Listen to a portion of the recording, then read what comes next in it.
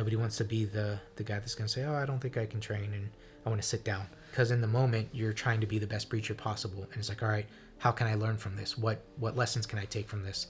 Not necessarily, what did my gray matter just do in my skull? TBI was not something on our radar at all. I was a very efficient, effective platoon chief. He was regimented, he was motivated, he was articulate, he was mentally really sharp, and it felt to me like overnight, this person who had been really affable and warm and funny was suddenly like really distant.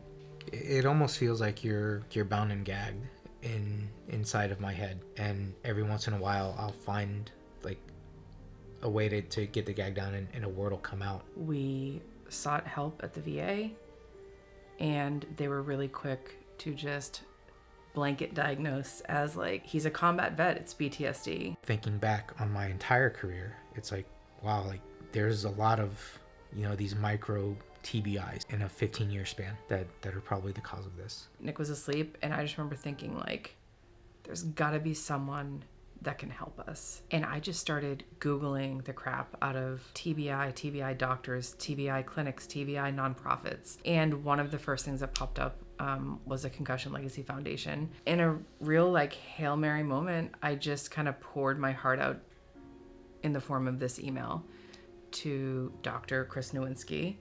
In under 24 hours, this man who I didn't know said, let's hop on a Zoom. Chris's face popped onto the phone, and he's like eating a sandwich at a airport terminal. Mm-hmm. And we were like, it's okay, like we can do this later. And he was like, absolutely not. He's like, you guys are my priority and I'm here for it. That was probably the biggest moment of hope, because Chris said, we're gonna get you guys through this. And Chris talked a little bit about his own history and suspected CTE, TBI in his life. And I remember Nic saying, well, man, like suspected CTE, like that kind of sucks. Like, how do you live with it? And Chris said to Nic on that Zoom, you just got to choose to live anyways. You just got to choose life anyways. And that never left me. Those words never left me. And I don't think they ever left Nic. That was our first real moment of hope.